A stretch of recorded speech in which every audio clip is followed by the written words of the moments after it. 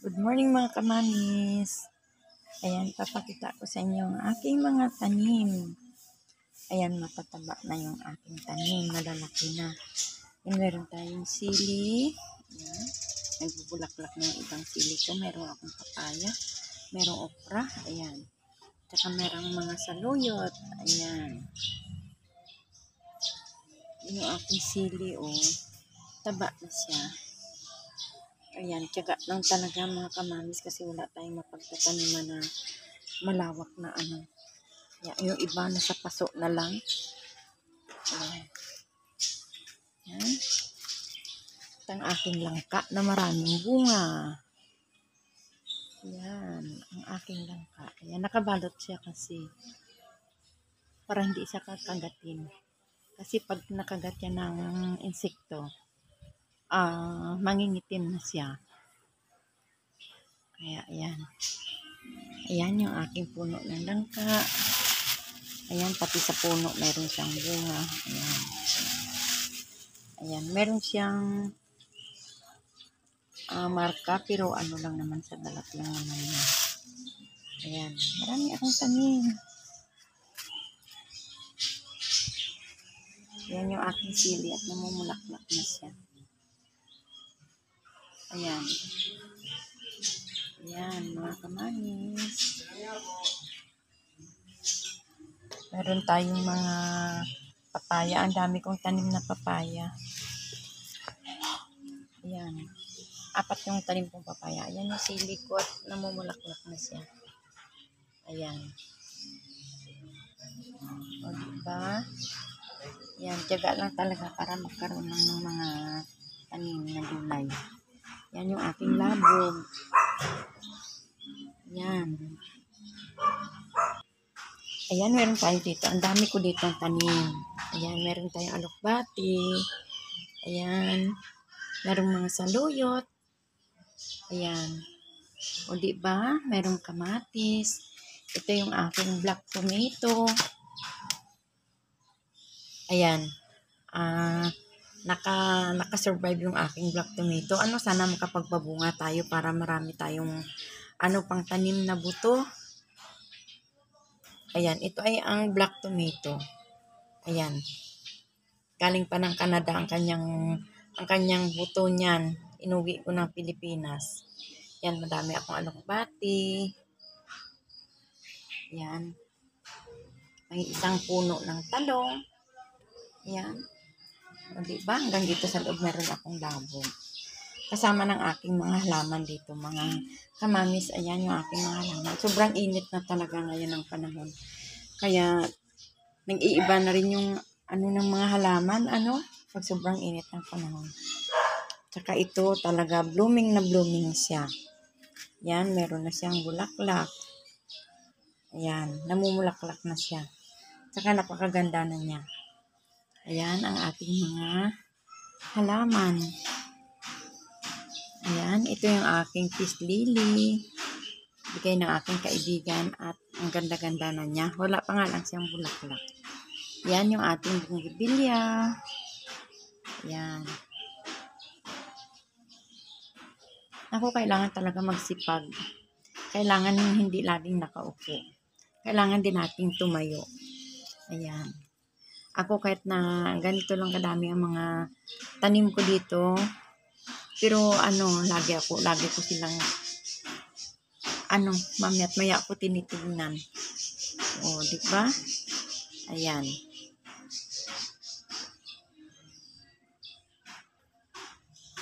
Magaganda na yung aking halaman. O, ayan yung aking black velvet. Ang lalaki ng kanyang dahon ng black velvet ko. Tingnan naman ninyo yan, o.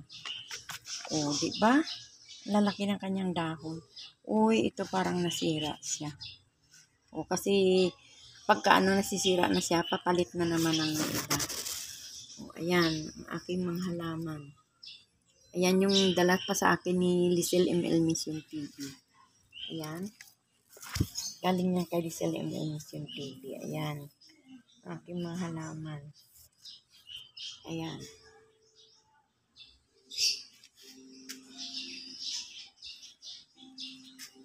O, diba? Ayan. Ang gaganda na talaga. Ang gaganda na ng aking mga halaman. Kailangan lang talaga magtiyaga para mapaganda natin sila. Kasi, alam niyo ang hirap kaya bumili ng lupa na maganda. Halos walang mabiling magandang lupa. Ayan, meron na akong isa na ano dito. Ayan. Bibigay ko ito sa aking kapitbahay. Kasi nanghihingi siya sa akin. Kaya ayan. Buhay na siya. Ayan. Diyan lang muna.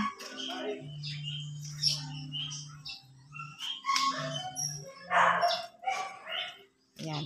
Maganda na ang aking halaman. Ayan. Galing niya kay Ate Giselle. Giselle and Mission TV. Ayan. Yung dalawang halaman na yan galing kay Giselle. At saka yung aking black velvet. Dinalhan din niya ako. Ayan. Ito talaga ang napakaganda. Ang ganda talaga nito. Oh, hiningi ko lang to sa aking inaanak. Ayan.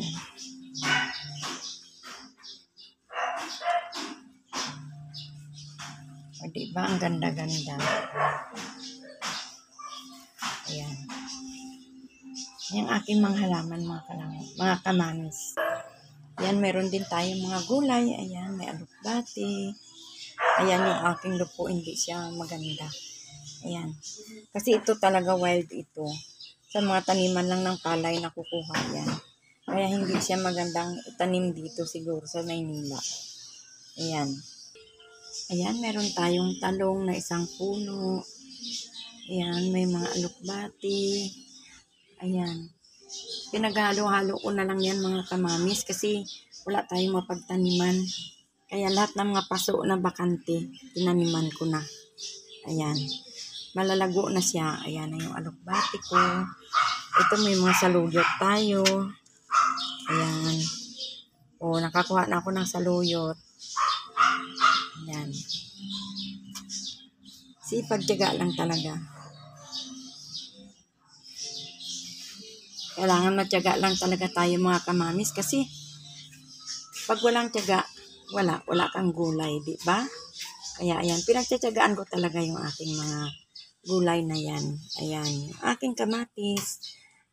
Ayan. At ito yung aking magandang halaman. Hindi ko nga lang alam kung anong pangalan na nga nito. Nakalimutan ko na. Mamaya, i-google natin yan kung anong pangalan niya. Pero napakaganda niya. O, diba? Ang ganda niya talaga. Meron din tayo dito. Ayan. Ang ganda.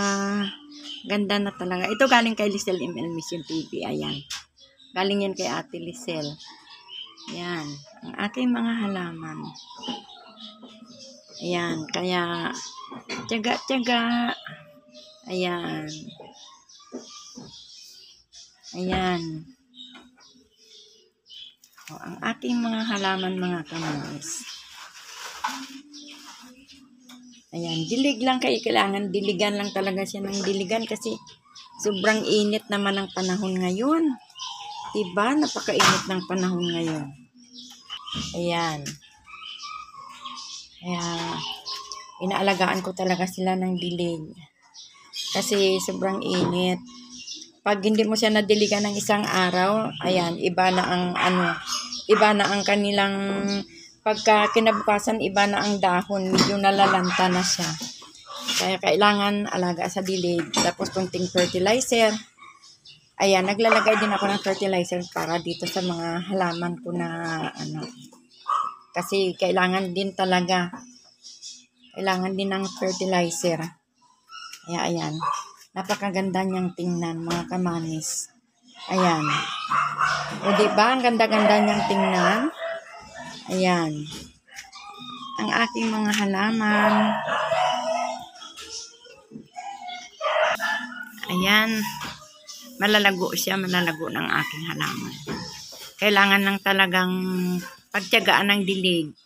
Ayan mga kamamis, ang ating halaman, pinakita ko na naman sa inyo. Ang lago ng aking mga halaman. Ayan.